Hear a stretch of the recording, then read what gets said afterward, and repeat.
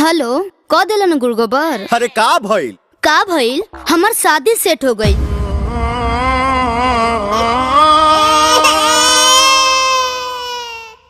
भैया ए भैया ता हो दिल अले माल दे दब दे था तब ते थाने में रहेला अब ताते माल देला सुन है ने ये दो थल आइडिया बताई ता ना ते अपन आइडिया अपने भेरी राख न त मार के मुंह फाड़ दे। अब हमार लीला देख।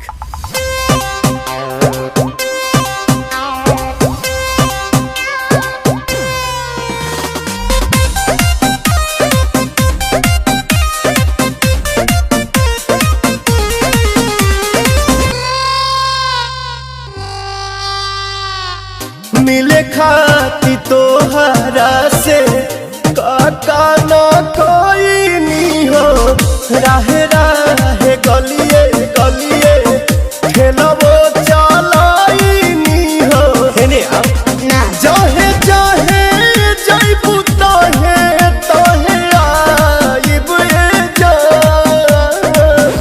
ले लो पुदीना पुदीना तोरा ससुरा में तोरा गलिया में मिले हम आइब ये जान तो ले लो पुदीना चिलाइब ये जान। पुदीना पुदीना तोरा ससुरा में मिले हम आइब ये जान तो ले लो पुदीना चिलाइब ये जान। पुदीना पुदीना अरे रबिया एकरा तो कोनो फर्के नहीं पड़त।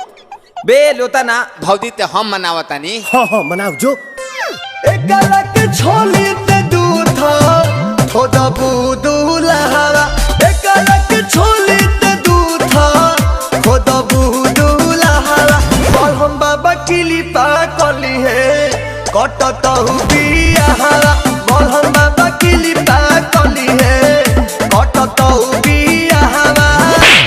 बे भैया हरदम हम पिताते रहिला दा तू थम दा जेसीबी से दिलवा हमर कोड़ दिहलू आधेरा में छोड़ दिहलू हो बजाइबू ससुराना पवन जस बरेंड मिली मारदा सेकंड हैंड मिली हो बजाइबू ससुराना पवन जस बरेंड मिली मारदा सेकंड हैंड मिली हो।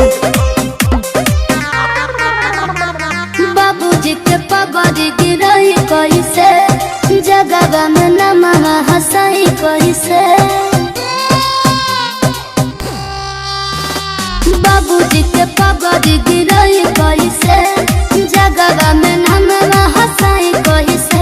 काहे मोने मोने देत बड़ गहरिए जान बेचे के बहाने तारा कारिए जान तमिले खाती आइब ससुरारिए जान बेचे के बहाने तारा कारिए जान तमिले खाती आइब ससुरारिए जान।